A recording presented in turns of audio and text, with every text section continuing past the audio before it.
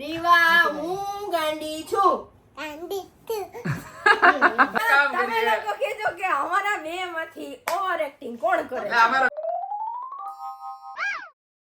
Good morning. તો મસ્ત મજાની સવાર થઈ ગઈ છે. કાલે પપ્પા મને બહુ ખીજાતા હતા કારણ કે હું વહેલો તૈયાર નહોતો થતો.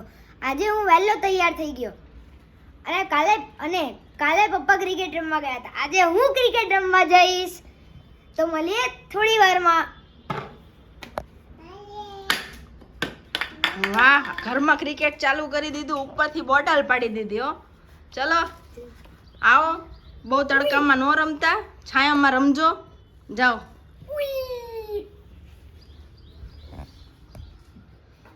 પપ્પા શું કરો છો?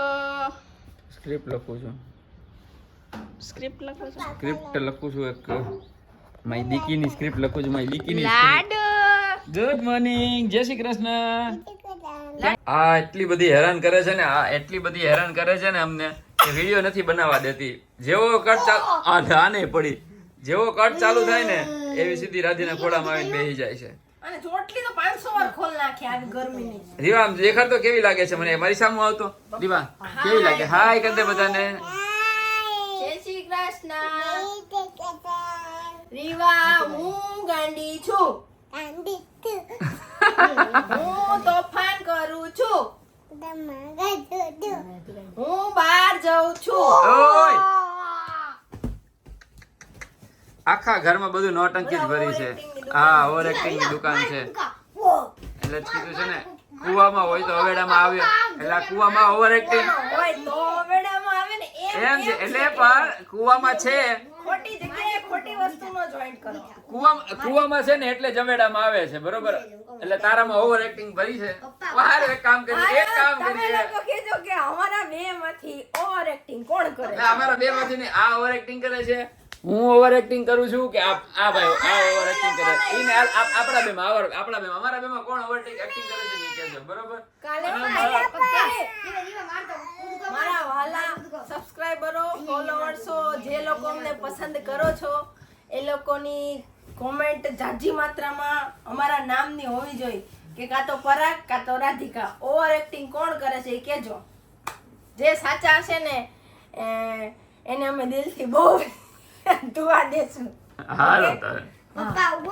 તો આજે ધ્વનિતને ખાવાની ઈચ્છા હતી અને મમ્મીને શાંતિ થઈ ગઈ કારણ કે કઈ દાળ કેવાય હતી? મગની દાળ. તો મગની દાળ અને ભાત મારા ધ્વનિતને મને બહુ ભાવે છે, એટલે મગની દાળ ને ભાત કર્યા છે. અદ્ભુત, એટલી મજા આવે ને કે આમ વાત ન પૂછો. દાળ ભાત છે, પછી આ મગની દાળની ભાત છે, તુવેરની દાળની ભાત હોય તો મને તો બહુ ભાવે છે. અને એ 3-4 દાળ કરીને રાધી બનાવે છે ને, કંઈક કઈ દાળ બનાવે? 4 કે 5 આવે છે ભેગી કરીને તું બનાવે છે દાળ. એ બી દાળ મને બહુ ભાવે. કઈ દાળ કહેવાય છે ને? પંચરત્ન. એ બી જોરદાર બનાવે છે. તો મળીએ મસ્ત મજાના જમીને, પછી વિડીયો શૂટ કરવાના છે, એ બી કરી નાખીએ. મળીએ. છેલ્લા 3 દિવસથી અમારી સોસાયટીને બાનમાં લીધી છે આ વાંદરાએ. આખી સોસાયટીમાં બધા ફટાકડા ફોડે તો એક બ્લોકમાંથી બીજા બ્લોકમાં જાય, બીજામાંથી ત્રીજા બ્લોકમાં જાય. એક વાંદરો મારે અહીંયા આગળ આવી જાય. આજે દેખાય છે ને બધા હૂતા હોય અત્યારે, ખબર નથી પડતી. બપોરના વાગ્યા છે 3 અને આપણી દીકી હૂતી છે. અમારી સામેના બ્લોકમાં છે ને, જો આ વાંદરા નીચે ગયા છે ને એટલે કૂતરા. હા, આ જે નીચે થાંભલો દેખાય છે આપણો, આ થાંભલો બોલો બાંધીની લોકો વાંદરા અંદર બાંધ્યા છે, પતિ પત્ની હોય ખબર નહીં કોણ છે. તે આખું થાંભલો પાડી દીધો છે ને અત્યારે કેવા શાંતિથી નિરાંતથી બેઠા છે. જો તો કઈ નવો કલર કરવાનો મારા કાનુડાને. લાવ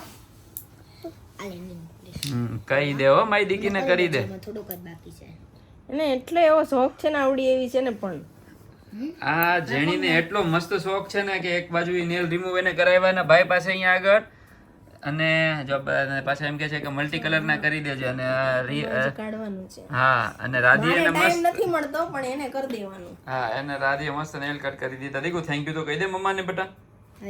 રીવા મમ્માને થેન્ક યુ તો કહી દે બેટા. Thank you.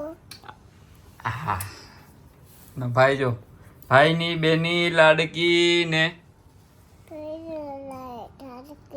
અરે અમારી દીકી એને મોટેથી ગાને મોટેથી કે ને ભાઈની બેની અરે વાહ, મજામાં બેટા? હે જો રીવાને છે ને નાના નાના વાળ બહુ આંખમાં આવે છે ને તો એક ચોટી રીવા છોડી નાખે છે. તો આજે મમ્માએ આટલી બધી ચોટી કરી દીધી છે. દીકી ઊભી થઈ ગોળ ગોળ ફઈને આપણે બતાવીએ હો ને. બસ જો રીવાને છે ને હવે આમ ગોળ ગોળ ફરી જાય. રીવાને છે ને મમ્મીએ આમ કરી દીધી છે એટલે ચોટી નીકળે ને. હે કેતા કાના પછી રીવાએ મમ્મા જેવી નેલ પોલિશ કરી છે. જો મમ્મા જેવી નેલ પોલિશ કરી પગમાં કા બેટા. ચલો બધાને કે મળીએ પછી કે તો ખરી કાના. હા મેં બતાવી દીકા બતાવી મેં જો રીવાએ નેલ પોલિશ કરી છે. ઓ ભાઈ સરસ મજાની. બસ ચલો કે મળીએ. હા બે પગ બતાવ્યા બચ્ચા. બસ કે મળીએ પછી કે. હા દીકા એકવાર કહી દે મળીએ. તો અમે આવી ગયા છીએ બોમ્બે ગુલાવડીની ભાજી ખાવા. મિતુલભાઈ, ધારાબેન, અમારા આશીષભાઈ, મારી રાધી, મારી રીવા અને સાઈડમાં ધનુ છે પણ એ દેખાતો નથી. હે રાધી, હું તને શું કહું, પાવ મંગાવું? જો લાગે ને એકદમ ભગરી ભેંસ જેવી, આમાં બે શિંગડા હલતા હોય ને એવું લાગે. ભલે આ છે અમારું ફેવરિટ બોમ્બે ગુલાલવાળી ભાજીપાવ જે આવેલું છે શિવરંજની 4 રસ્તા ઉપર. તમે એકવાર મુલાકાત કરજો એની ભાજીપાવ, એની ઘૂઘરા સેન્ડવિચ. હા ગજબ છે. ઢોસા પણ જોરદાર, મજા આવશે. અને ચીઝ ચોકલેટ ખાશો ને તો મોજ પડી જશે. તો એકવાર જરૂરથી મુલાકાત કરજો. હજી તો ઘરે પહોંચ્યા નતા ને ત્યાં રોનિતભાઈ જોઈ ગયા સાયકલવાળા ભાઈને. તો આ ભાઈ સોસાયટીમાં આવી અને સાયકલ રિપેર કરે છે મસ્ત મજાની. અને રીવાએ સાયકલ જોઈને તો ખુશ થઈ ગઈ એકદમ. તો આજે મારી ફેવરિટ બોમ્બે ગુલાલવાડીની ભાજી ખાઈને તો મને મોજ પડી ગઈ. તો તમને મારો બ્લોગ જોઈને મોજ પડી હોય તો કોમેન્ટ અને શેર કરજો. જય માતાજી, જય શ્રી કૃષ્ણ ને